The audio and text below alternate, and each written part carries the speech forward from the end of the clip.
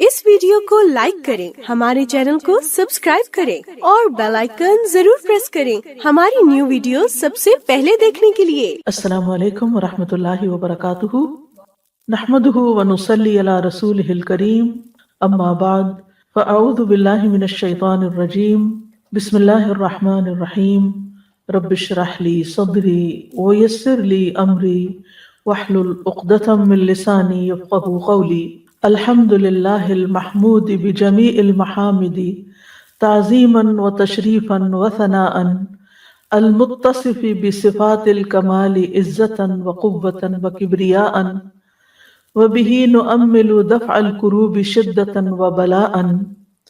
ہر قسم کی حمد اللہ کے لیے ہے جو تعظیم بجا لانے اور شرف بخشنے اور تعریف کے اعتبار سے تمام تعریفوں کے ساتھ تعریف کیا ہوا ہے، جو غلبے، قوت اور بڑائی کی صفات کمال کے ساتھ متصف ہے، اور ہم اسی سے سختیوں اور آزمائشوں کی مصیبت کے چھٹ جانے میں اپنی آرزوئیں وابستہ کرتے ہیں۔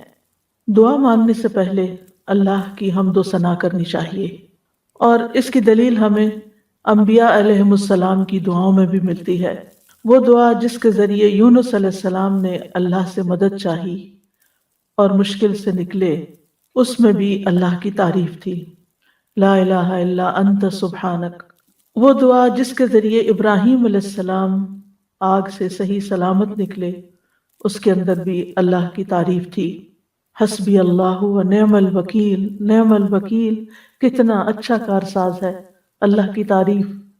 وہ دعا جو نبی صلی اللہ علیہ وسلم تکلیف کے موقع پر مانگا کرتے تھے، اس میں بھی اللہ کی تعریف ہوتی تھی، لا الہ الا اللہ العظیم الحلیم، لا الہ الا اللہ رب السماوات والارض ورب العرش العظیم۔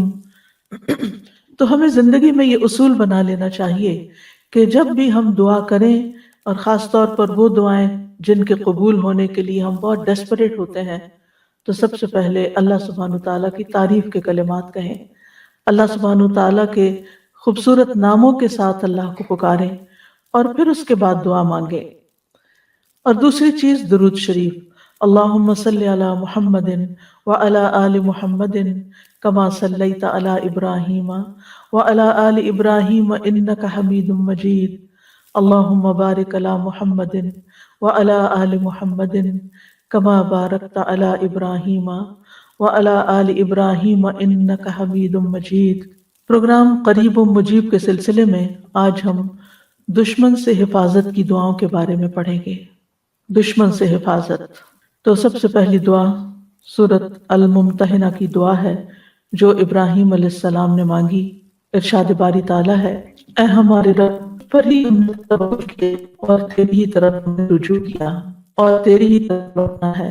اے ہمارے رب، تو ہمیں ان لوگوں کے لیے فتنہ یعنی آزمائش نہ بنا جنہوں نے کفر کیا، اور اے ہمارے رب ہمیں بخش دے، بے شک تو ہی بہت زبردست خوب حکمت والا ہے۔ یہ دعا ابراہیم علیہ السلام اور ان کے ساتھیوں کی دعا ہے جب انہوں نے اپنی قوم سے اظہار برات کرتے ہوئے کہا تھا، انا براء منکم ومما تعبدون من دون اللہ کفرنا بکم وبدا بیننا وبینکم العداوۃ والبغضاء ابدا حتی تؤمنوا باللہ وحدہ۔ بے شک ہم تم سے اور ان تمام چیزوں سے بری ہیں جنہیں تم اللہ کے سوا پوجتے ہو، یعنی ہم بتوں کی عبادت نہیں کریں گے۔ اب جب ان کے درمیان یہ اختلاف واقع ہوا تو پھر انہوں نے کہا، ہم تمہیں نہیں مانتے، اور ہمارے درمیان اور تمہارے درمیان ہمیشہ کے لیے دشمنی اور بغض ظاہر ہو گیا، یعنی اس بنا پر کہ تمہارا دین الگ ہو گیا اور ہمارا دین الگ ہو گیا، ہم تم ایک نہیں، لہذا ابراہیم علیہ السلام کی قوم تو کیا، خود ابراہیم علیہ السلام کے والد ان کے دشمن بن گئے تھے۔ اب ایسے موقع پر کیا کرنا چاہیے؟ جب اپنے بھی پرائے ہو جائیں، جب اپنے رشتہ دار بھی چھوڑ دیں، اپنے والدین چھوڑ دیں، اپنے بہن بھائی چھوڑ دیں، اپنا کنبہ قبیلہ خاندان چھوڑ دیں، اپنے ملک کے لوگ آپ سے دشمنی رکھ بیٹھے، تو پھر انسان ایسے میں کہاں پناہ لے؟ ربنا علیک توکلنا، اپنے رب کی طرف رجوع کرے۔ تو جب بھی انسان کو شدید مخالفت کا سامنا ہو، خاص طور پر دین کی وجہ سے، تو اس کو چاہیے کہ وہ اپنے رب کی طرف رجوع کرے۔ تو یہاں پر ہم دیکھتے ہیں کہ اللہ تعالیٰ اس بات کا ذکر فرما رہے ہیں کہ ابراہیم علیہ السلام اور ان کے ساتھیوں نے ان لوگوں کو جو شرک میں پڑے ہوئے تھے، ان لوگوں سے قول اور فعل سے اپنی برات کا اظہار کیا کہ ہم تمہارے اس کام کو بالکل غلط سمجھتے ہیں، اور اس وقت تک ہم تمہارا ساتھ نہیں دیں گے جب تک تم اللہ وحدہ لا شریک لہ پر ایمان نہ لاؤ، اکیلے اسی پر، اور صرف اس کی عبادت نہ کرو۔ تو اس کے بعد انہوں نے اللہ تعالیٰ کی بارگاہ میں اللہ تعالیٰ کے اچھے ناموں کے ساتھ اللہ کا وسیلہ، یعنی اچھے ناموں اور اچھے اعمال کے ساتھ وسیلہ پکڑا اور اللہ سبحانہ تعالیٰ سے دعا کی۔ تو اس میں آپ دیکھیے کہ ایک تو اللہ سبحانہ تعالیٰ پر وہ توکل کر رہے ہیں اور اس کی طرف رجوع کر رہے ہیں، اللہ توکلنا، ٹھیک ہے، اور اسی کی طرف ہمارا رجوع ہے، وَإِلَيْكَ أَنَبْنَا، اور تیری ہی طرف ہم لوٹ کر آتے ہیں۔ اور دوسری طرف آخرت کے دن پر جو ان کا ایمان ہے، یعنی آخرت کے دن پر ایمان کے اس دن ہماری بخشش فرما دینا۔ تو اس صورت میں انسان جب اپنے ایمان کا وسیلہ دیتا ہے اور اپنے نیک اعمال کا وسیلہ دیتا ہے تو بھی دعا قبول ہوتی ہے۔ جہاں تک ربنا علیک توکلنا کا تعلق ہے تو اس میں دراصل اپنے معاملات کو اللہ کے سپرد کرنا ہے، اللہ سبحانہ و تعالیٰ کے سامنے اپنی بے بسی کا اظہار کرنا ہے کہ اللہ میرے ہاتھ میں تو کچھ نہیں، میں تو اپنے آپ کو پروٹیکٹ نہیں کر سکتا، تو ہی مددگار ہے، لہٰذا ہمارے تمام کاموں میں تو ہمارا والی وارث بن جا، چھوٹے کام ہوں یا بڑے کام ہوں، میں نے اپنے تمام معاملات تیرے سپرد کیے۔ اور اس میں آپ دیکھیے کہ آغاز ہو رہا ہے ربنا سے، اے ہمارے رب، یعنی سب سے پہلے اللہ کو اپنا رب ماننا کہ وہی ہمارا پیدا کرنے والا ہے، وہی مالک ہے، وہی خالق ہے، وہی بگڑی بنانے والا ہے، لہذا ربنا۔ اور پھر وَإِلَيْكَ أَنَبْنَا، تیری طرف ہم لوٹتے ہیں، کسی اور کی طرف نہیں جا رہے، ہم مدد کے لیے تجھے پکار رہے ہیں، ہمیں تیری مدد چاہیے، وَإِلَيْكَ الْمَصِيرُ، اور واپس تیری ہی طرف لوٹنا، یعنی قیامت کے دن، آخرت کے دن ہم تیرے ہی پاس آئیں گے۔ تو یہاں پر وَإِلَيْكَ کو پہلے لایا گیا، یعنی صرف اور صرف تیری طرف ہمارا توکل، ہمارا رجوع، ہمارا لوٹنا صرف تیری طرف ہے، ہمیں تجھ پر ہی کامل بھروسہ ہے اور پورا یقین ہے کہ تو ہی ہماری مدد کرے گا۔ ربنا لا تجعلنا فتنة للذین کفروا، اے ہمارے رب ہمیں ان لوگوں کے لیے جنہوں نے کفر کیا فتنہ نہ بنانا۔ فتنہ کا لفظ جو ہے یہ فتنہ سے ہے، فتنہ کا معنی ہوتا ہے سونے کو آگ میں ڈالنا تاکہ اس کا کھرا پن کھوٹے پن سے ظاہر ہو جائے، یعنی اس کی میل کچیل الگ ہو جائے اور خالص سونا باہر نکل آئے۔ پھر اس لفظ کا اطلاق جو ہے وہ آزمائش اور امتحان پر ہوتا ہے۔ قرآن مجید میں فتنہ کئی معنوں میں استعمال ہوا ہے، فتنہ عذاب یا سزا کے معنوں میں بھی آیا ہے، اور مجاہد کہتے ہیں کہ اگر یہاں اس سے مراد عذاب ہو تو مطلب یہ ہے کہ اے اللہ ان کافروں کے ہاتھوں سے ہمیں عذاب نہ دینا اور نہ اپنی طرف سے عذاب دینا، ورنہ لوگ کیا کہیں گے کہ اگر یہ لوگ حق پر ہوتے تو باطل پرست ان پر غالب نہ آتے، اور اگر یہ لوگ سچے ہوتے تو اللہ کی طرف سے ان پہ عذاب نہ آتا۔ تو ہمارا دین ہمارے لیے یعنی حفاظت کا ذریعہ بنے، نہ کہ آزمائش کا ذریعہ بنے۔ فتنے کا ایک معنی غلبہ بھی ہے۔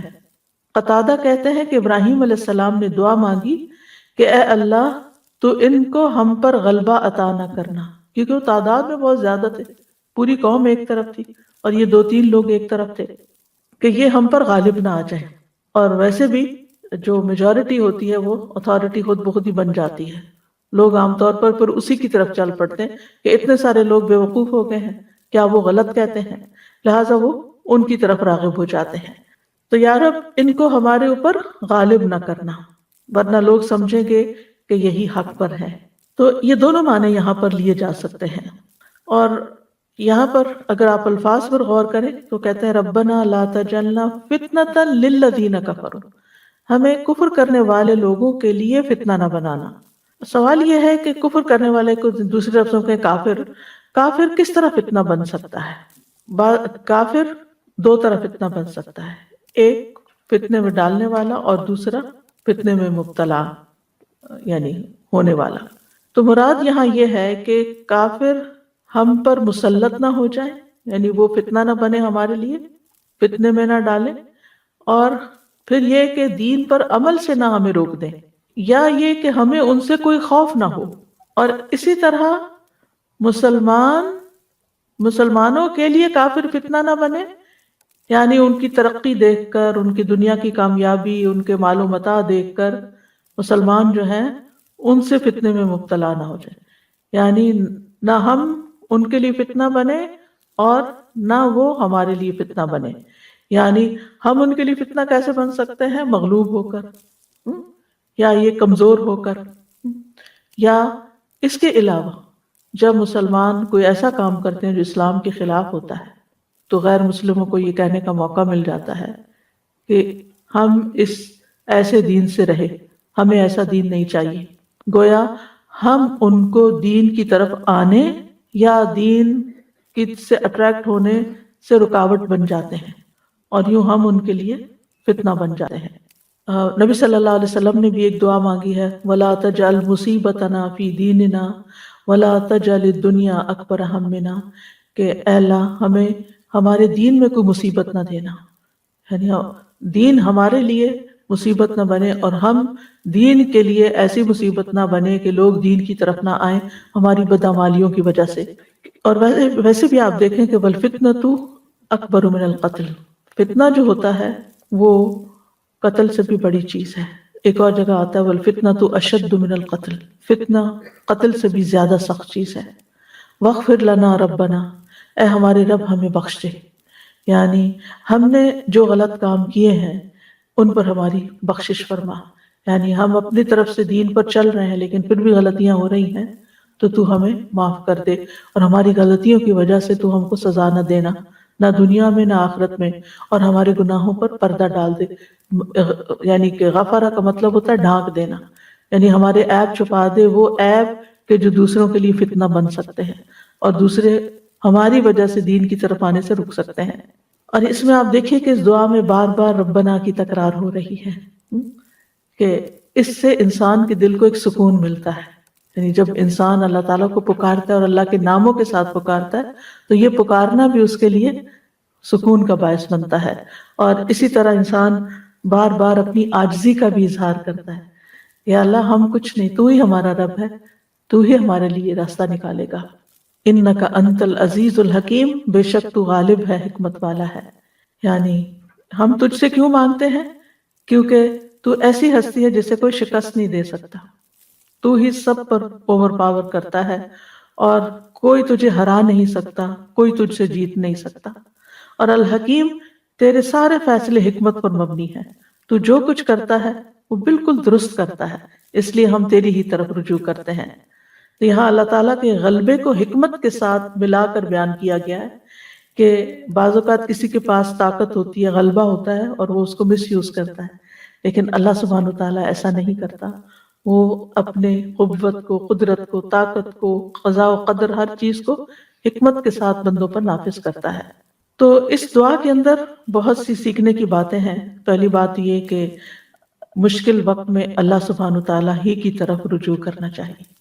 جب دنیا والے حالات تنگ کر دیں، زندگی تنگ کر دیں، اور آپ کو اپنے آس پاس کوئی مددگار نظر نہ آتا ہو، آپ تنہا ہو اپنی سوچ میں، اپنے خیال میں، اپنے کام میں، یا غموں کا آپ کے اوپر ایک طوفان آ جائے، یا کسی بھی طرح آپ اپنے آپ کو تنہا یا مصیبت زدہ سمجھے، تو رب کی طرف رجوع کریں، خصوصاً جب دشمن آپ پر غالب آنے لگے، جو آپ کے مخالف ہیں، جو آپ کے حاسد ہیں، جو آپ کے لیے برا چاہتے ہیں، جب وہ آپ کے اوپر چھانے لگے تو پھر آپ یہی دعا پڑھیں۔ پھر دوسرا یہ کہ جب دعا کریں تو اپنے نیک اعمال کو وسیلہ بنائیں، کیونکہ یہ دعاؤں کی قبولیت کا باعث بنتا ہے۔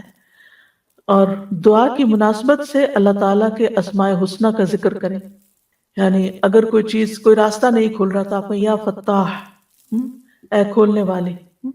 اسی طرح اگر رزق کی تنگی ہے تو یا رزاق۔ اسی طرح باقی جو اللہ تعالیٰ کے نام ہیں وہ حسب ضرورت، حسب موقع ان کے ساتھ اللہ تعالیٰ کو پکارا جا سکتا ہے۔ پھر یہ کہ ایسے مواقع پر اپنی اللہ تعالیٰ سے اپنی بخشش بھی مانگنی چاہیے، کہ کہیں ایسا تو نہیں کہ ہم اپنے گناہوں کی وجہ سے اللہ کی مدد سے محروم ہیں یا روک دیے گئے ہیں.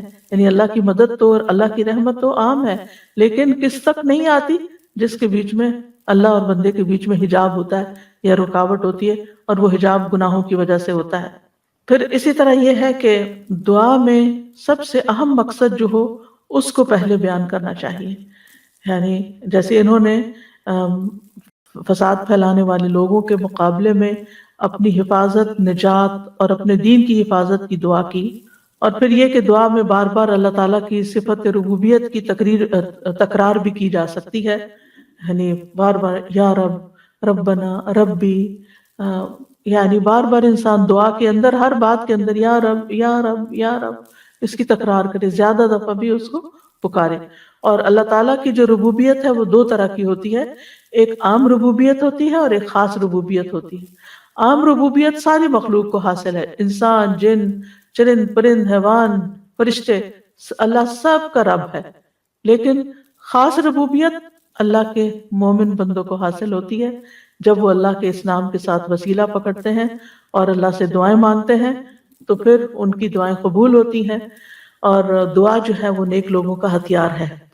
یعنی دشمن کے مقابلے میں دعا جو ہے وہ ایک ہتھیار کی حیثیت رکھتی ہے.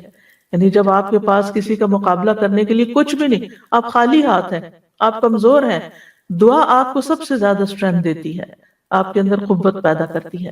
اور دعا کرتے ہوئے انسان کو وجہ بھی بتانی چاہیے کہ اللہ تعالیٰ میں آپ سے کیوں مانگ رہا ہوں.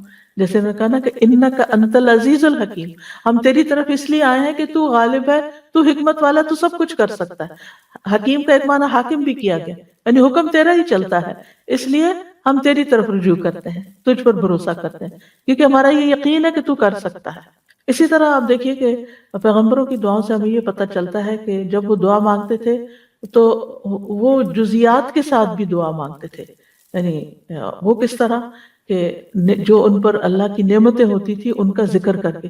مثلا یوسف علیہ السلام نے دعا مانگی، ربی قد آتیتنی من الملک وعلمتنی من تأویل الاحادیث فاطر السماوات والارض انت ولی فی الدنیا والآخرہ توفنی مسلما والحقنی بالصالحین. اب اس میں آپ دیکھیں دو چیزیں ہیں. سب سے پہلے انہوں نے کہا کہ اللہ تو نے مجھے ملک دیا، یعنی بادشاہت دی، دنیا کی نعمت کا ذکر کیا، بول کے منہ سے کہا. اور پھر وَعَلَّمْتَنِي مِن تَأْوِيلِ الْأَحَادِيثِ، باتوں کی تعویل اور حکمت سکھائی مجھے، خوابوں کی تعبیر کا علم عطا کیا. یعنی علم بھی دیا، بادشاہت بھی دی. یہ دو بڑی نعمتیں تھیں، ان کا ذکر کیا. اور پھر اللہ تعالیٰ کے یعنی صفات کے ساتھ اس کو پکارا، السماوات والارض انت ولی، فاطر اور ولی، انت ولی دنیا والآخرہ. آخر میں اپنی حاجت پیش کر دی، توفنی مسلمن والحقنی بالصالحین. میری دو نعمتوں کا ذکر کیا، دو چیزیں مانگی، توفنی مسلمن، مجھے اسلام کی حالت میں فوت کرنا، اور میری تمنا یہ ہے، والحقنی بالصالحین، اور نیک لوگوں کا ساتھ دینا. کیونکہ یہ بڑی زبردست دعاؤں میں سے، اس سے بڑی انسان کی کوئی خوش قسمتی نہیں کہ اس کی زندگی بھی نیک لوگوں کے بیچ میں ہو اور اس کی موت بھی نیک لوگوں کے بیچ میں ہو. اسی لیے ہم دعا مانگتے ہیں وَتَوَفَّنَا مَعَ الْأَبْرَارِ، کہ اللہ ہمیں نیک لوگوں کے ساتھ فوت کرنا. انسان جب آخری وقت میں نیک لوگوں کے ہاتھوں میں ہوتا ہے، وہ اس کو کلمہ پڑھوائیں گے، وہ اس کو اللہ کا ذکر کریں گے، وہ فضول فالتو باتیں نہیں کریں گے، اور اس طرح اس شخص کا خاتمہ خیر کے ساتھ ہوگا. تو بہرحال کہنے کا مطلب یہ ہے کہ کبھی کبھی جب دعا مانگنی ہو نا تو کہا کر اللہ تو نے پانی پلایا، تو نے مجھے یہ چیز عطا کی، تو نے مجھے یہ علم دیا، مجھے سیکھنے کا موقع دیا، مجھے سکھانے کا موقع دیا، یا رب تو مجھے یہ نعمت بھی عطا کر دے. اور سب سے بڑی نعمت کے حسن خاتمہ. زندگی جیسے بھی گزرے، آخری وقت اچھا ہونا ہی خوش قسمتی کی علامت ہے کہ خاتمہ بالخیر ہو. تو یعنی یہ ہماری دعاؤں میں سے خاص دعا ہونی چاہیے. تو دعا میں علت کو بیان کرنا، نعمتوں کا ذکر کرنا، ان نعمتوں پر شکر ادا کرنا، اور پھر اس کے بعد اللہ سے مانگنا، یہ اللہ تعالیٰ کو پسند ہے. اور پھر جو اللہ پہ توکل کرتا ہے اللہ اسے کافی ہو جاتا ہے. قرآن مجید میں آتا ہے وَمَن يَتَوَكَّلْ عَلَى اللَّهِ فَهُوَ حَسْبُهُ، جو اللہ پہ بھروسہ کرتا ہے اللہ اس کے لیے کافی ہو جاتا ہے. اور دعا مانگنے والے کو اللہ تعالیٰ کے نام بھی آنے چاہیے، اللہ تعالیٰ کی صفات کا پتہ ہونا چاہیے. اس لیے اگر ہم چاہتے ہیں ہماری دعائیں قبول ہوں تو ہم اللہ تعالیٰ کے اسماء و صفات کا علم حاصل کریں، کیونکہ وہ اشرف العلوم میں سے ہے، یعنی اس علم میں سے جو سب سے بہترین اور سب سے اعلیٰ علم ہے. کیونکہ جس نے اللہ کو پہچان لیا پھر ہی وہ اس کی عبادت کے اندر اس کا دل لگے گا اور محبت سے عبادت کرے گا، شوق سے دعا مانگے گا، پھر وہ اللہ تعالیٰ کے بارے میں بدگمانی نہیں کرے گا، اس کی دنیا اور آخرت دونوں اچھی ہو جائے گی. نیکسٹ دعا ہے، تو انہوں نے کہا اللہ ہی پر ہم نے توکل کیا، اے ہمارے رب تو ہمیں ان ظالم لوگوں کے لیے فتنہ نہ بنا اور تو ہمیں اپنی رحمت کے ساتھ کافر قوم سے نجات دے. یہ دعائیں موسیٰ علیہ السلام اور ان کی قوم کے نوجوانوں کی ہیں جو موسیٰ علیہ السلام پر ایمان لائے تھے.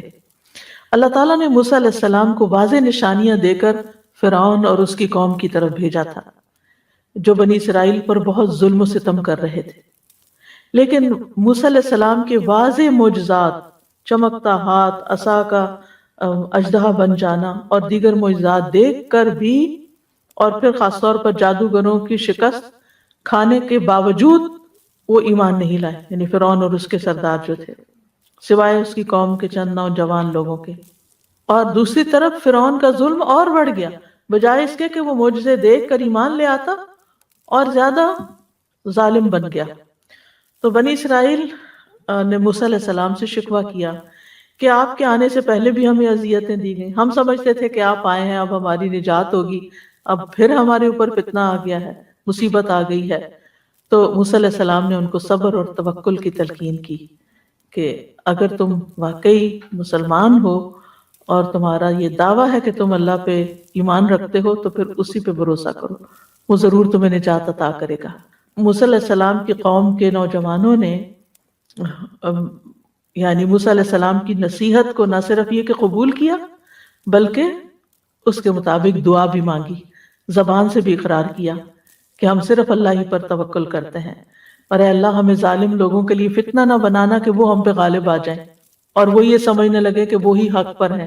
کیونکہ ظالم دشمن جب غالب آتا ہے تو وہ سمجھتا ہے کہ وہ اپنے آپ کو جسٹیفائی کر لیتا، اپنی کامیابی کو سبب سمجھتا ہے، اپنی کامیابی کو وجہ سمجھتا ہے اپنے حق پر ہونے کی کہ میں ہی حق پر ہوں.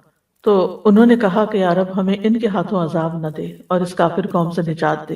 تو یہاں بھی آپ دیکھیں کتنا فاصلہ ہے زمانی ابراہیم علیہ السلام اور موسیٰ علیہ السلام کے بیچ میں، لیکن کتنی سملیرٹی ہے دونوں پیغمبروں کی تعلیم میں اور ان کے ماننے والوں کی دعاؤں میں. تو پیغمبر جو ہیں وہ اپنی قوم کو ہمیشہ توکل کا درس دیتے ہیں، اور یہ ایک حقیقت ہے. اگر آپ مسلمان بن کے جینا چاہتے ہیں نا تو یہ پاسبل ہی نہیں کہ اللہ تعالیٰ کی مدد کے بغیر کر سکے، کیونکہ دنیا میں بہت مشکلات ہیں، گھر کے اندر بھی ہیں، باہر بھی ہیں، مخالفتیں بھی ہیں، بہت کچھ ہے. تو جب آپ کا اللہ تعالیٰ کے ساتھ ایک مضبوط رابطہ ہو جاتا ہے تو پھر آپ بے خوف ہوتے ہیں، پھر آپ امن میں آ جاتے ہیں، پھر آپ پرسکون ہو جاتے ہیں کہ کوئی ہے جو میرے معاملات کو دیکھ لے گا. امام ابن قیم کہتے ہیں کہ اللہ پر توکل کرنے کی دو قسمیں ہیں. نمبر 1 دنیاوی حاجتوں کے حصول اور دنیاوی تکلیفوں کو ہٹانے میں اللہ پر توکل، یعنی دنیا کی کوئی مشکل ہے تو اس کے لیے آپ اللہ کی طرف رجوع کریں. دوسرا ہے اللہ کی پسند اور رضا کے حاصل کرنے کے لیے اللہ پہ توکل کرنا، کہ اللہ سبحانہ و تعالیٰ کی رضا حاصل کرنے کے لیے اللہ کی طرف رجوع کرنا. اب اس چیز کو حاصل کرنے کے لیے جس کو اللہ پسند کرتا ہے، یعنی ایمان میں ترقی ہے، یقین میں اضافہ ہے، اسلام کی طرف دعوت ہے، عبادات کو بہترین طریقے سے کرنے کی توفیق ہے، تو یہ ساری چیزیں اللہ سبحانہ تعالیٰ ہی کی توفیق سے ہوتی ہیں. تو دونوں صورتوں میں انسان کو اللہ کافی ہو جاتا ہے.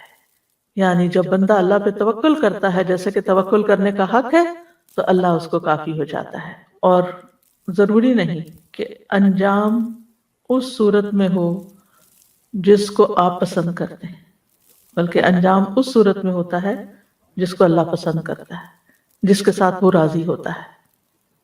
تو موسیٰ علیہ السلام نے اپنی قوم سے کہا تھا کہ تم توکل کرو، تو انہوں نے فوراً بات مانی، فوراً بات قبول کی کہ ہم نے توکل کر لیا.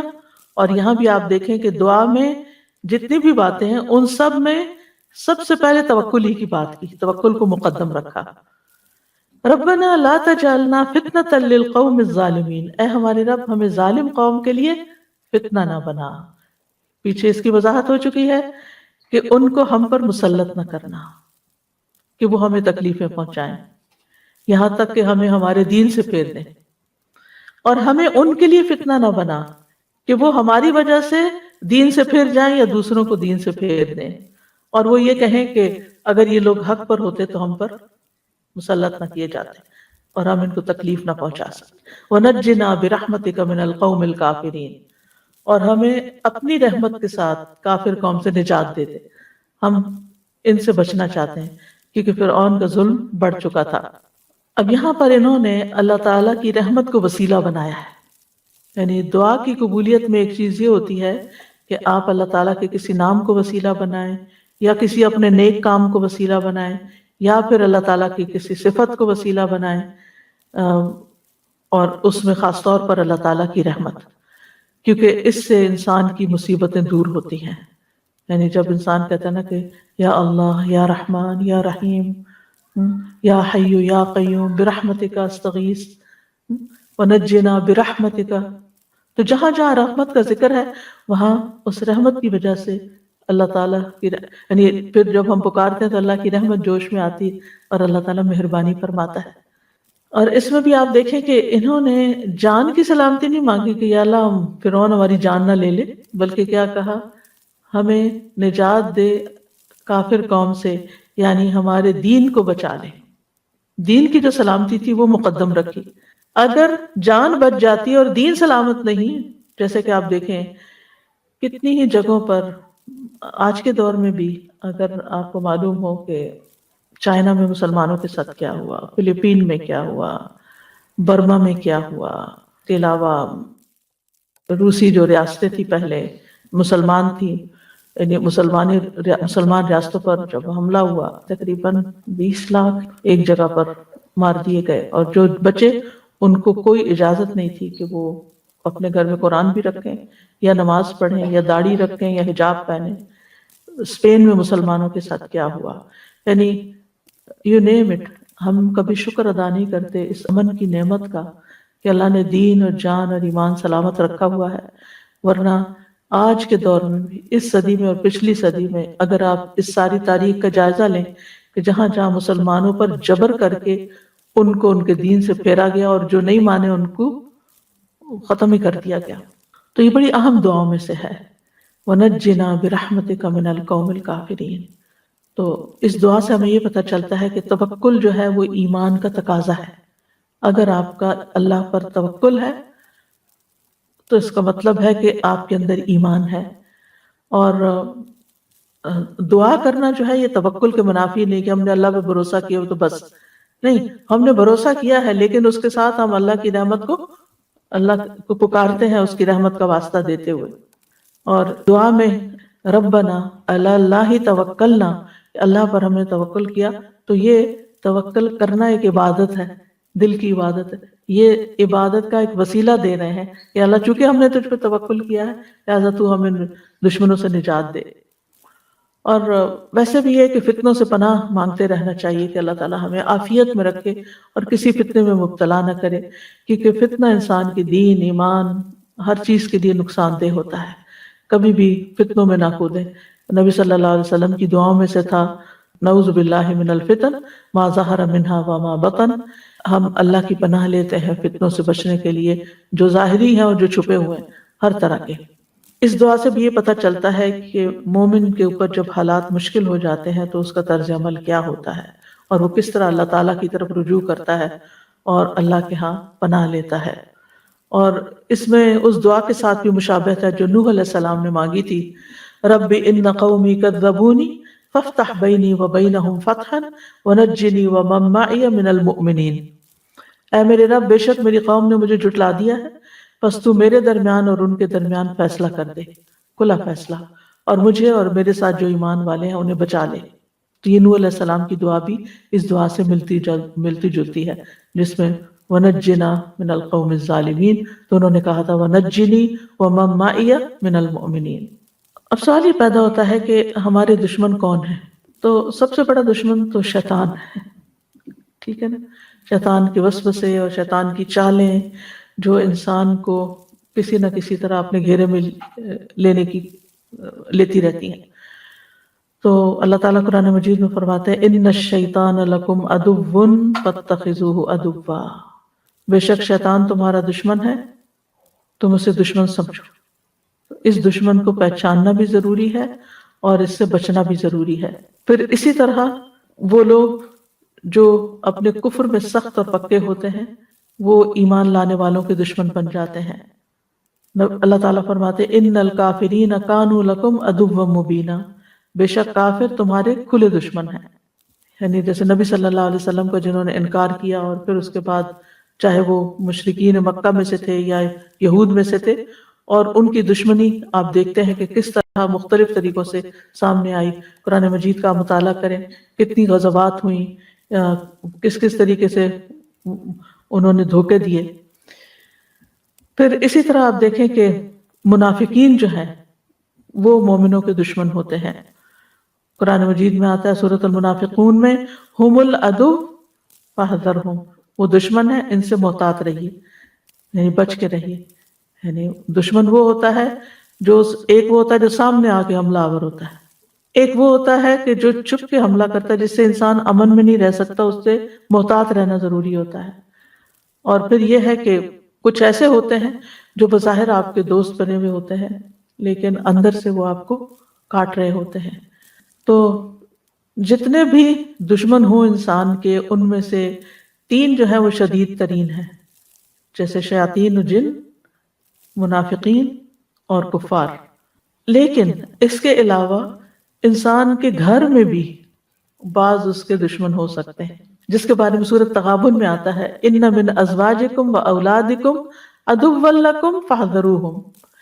اے لوگوں جو ایمان لائے ہو، بے شک تمہارے ازواج اور تمہاری اولاد میں سے بعض تمہارے دشمن ہیں، یعنی تمہارے اپنے ہی گھر میں تمہارے دشمن ہیں. اب وہ کس طرح کہ گھر والے ان سے تو ہم بڑی محبت کرتے ہیں لیکن بعض اوقات ان کی محبت ہمیں دین سے پھیر دیتی ہے، دین سے دور کر دیتی ہے. ان کی محبت میں بعض اوقات ہم غلط کام کرنے لگتے ہیں، بعض اوقات دوسروں پر ظلم و ستم کرنے لگتے ہیں.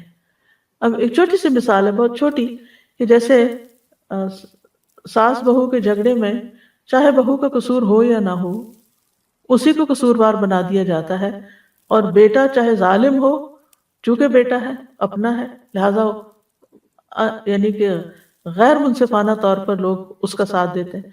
اب ویسے تو آپ بڑی اپنی محبت اس کا اظہار کر رہے ہیں لیکن آپ ایک غلط کام میں غلط چیز کا ساتھ دے رہے ہیں، اپنی عاقبت برباد کر رہے ہیں.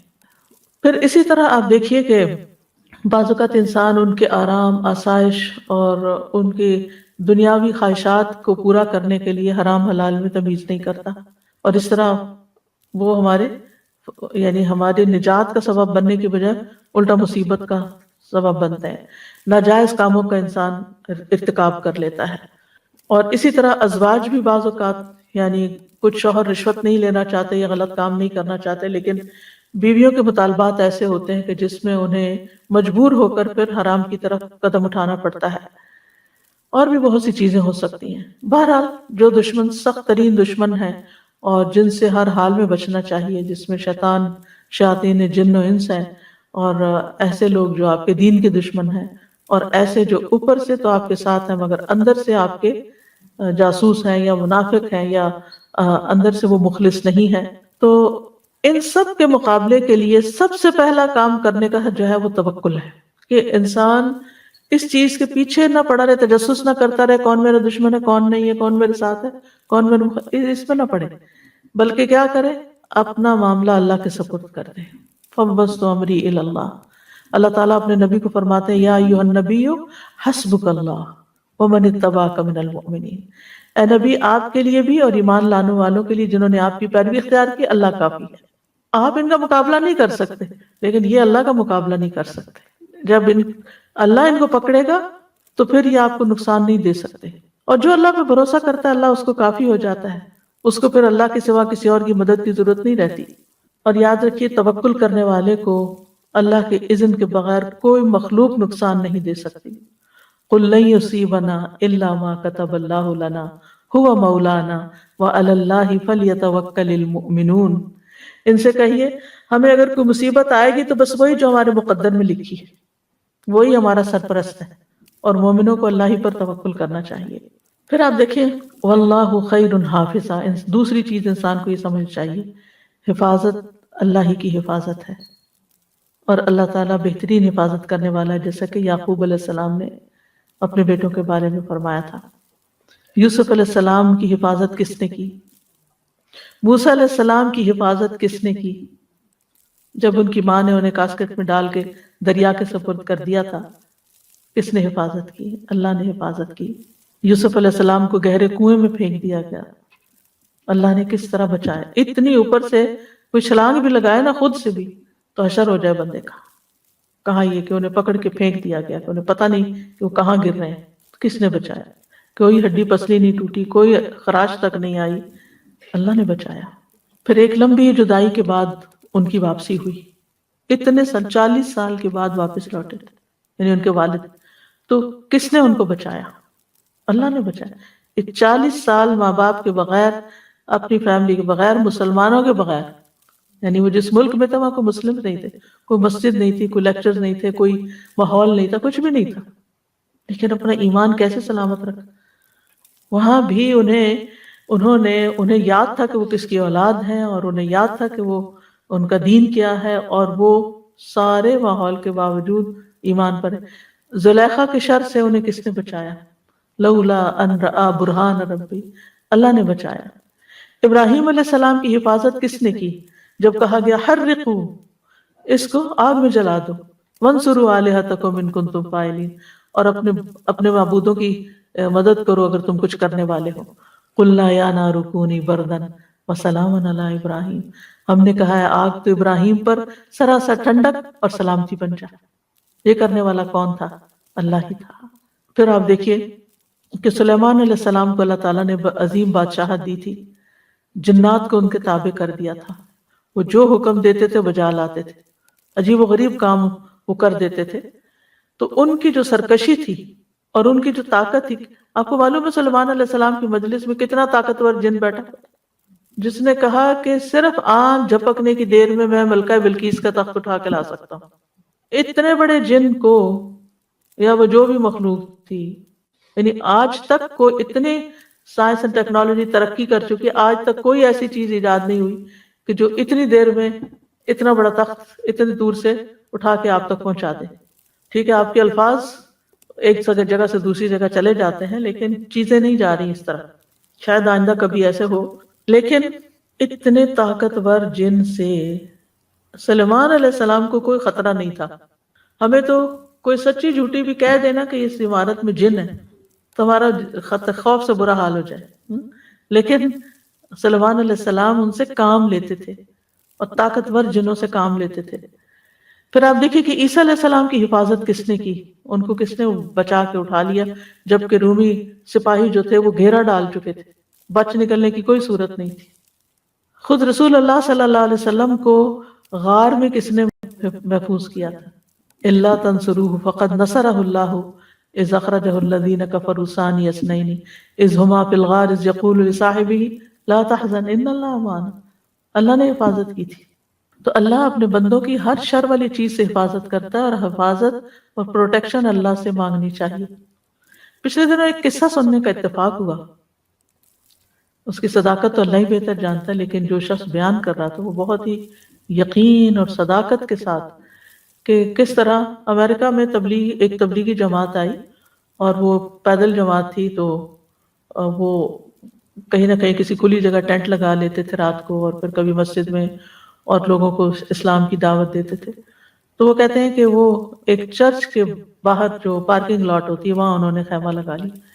تو یہ جو نریٹ کر رہے تھے فرسٹ ہینڈ سٹوری، یہ کہتے ہیں کہ میں نے جب دیکھا تو میں سخت پریشان ہو گیا، کیونکہ وہاں کا قانون یہ اجازت دیتا ہے کہ اگر کوئی ٹریس پاس کرے یا کوئی آپ کی پراپرٹی میں بغیر اجازت کے آ کے بیٹھ جائے تو آپ اس پہ گولی چلا سکتے ہیں.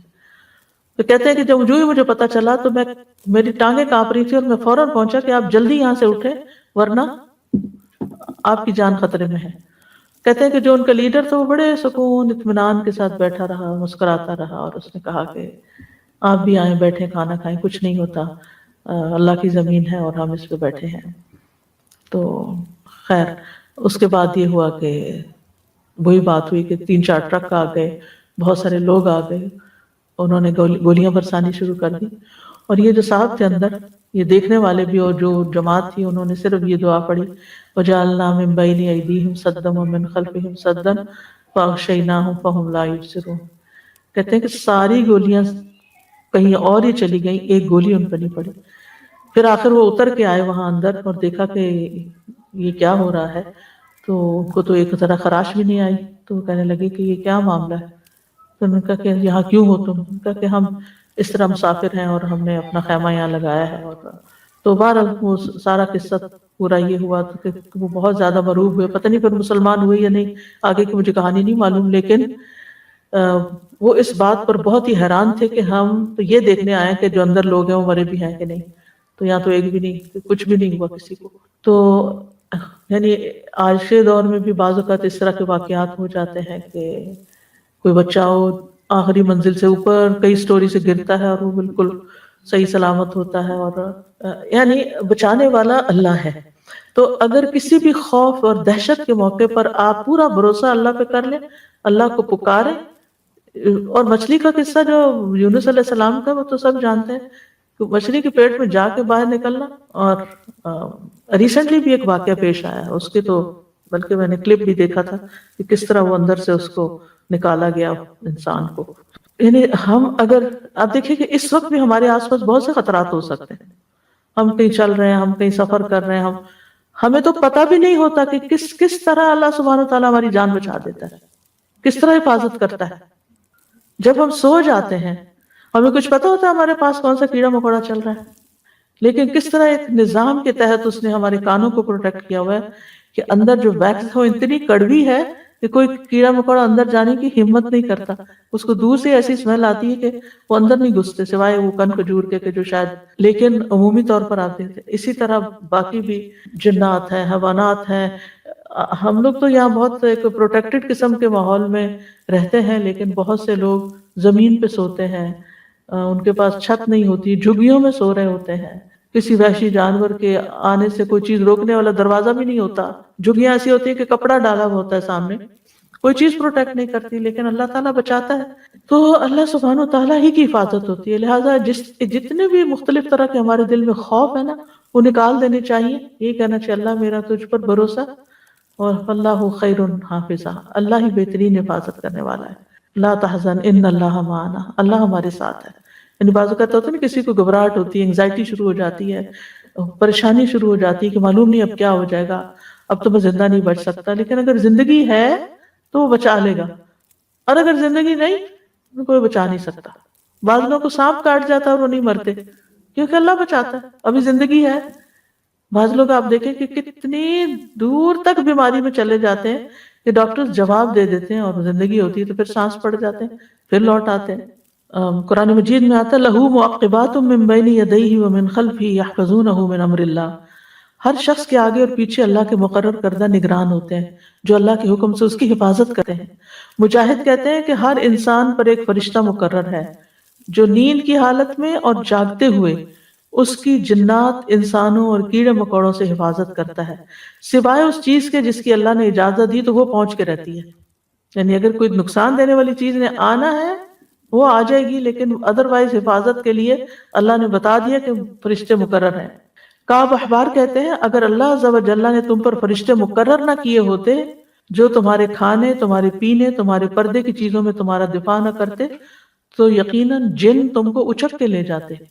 تو اللہ تعالیٰ فرشتوں کے ذریعے حفاظت کرتا ہے، اور خاص طور پر آپ دیکھیں کہ نبی صلی اللہ علیہ وسلم کی کس طرح حفاظت کی، کہ ابو جہل نے کیا کہا تھا کہ اگر میں نے محمد کو دیکھا صلی اللہ علیہ وسلم کہ وہ کعبہ کے پاس نماز پڑھ رہے ہیں تو میں ان کی گردن رون دوں گا۔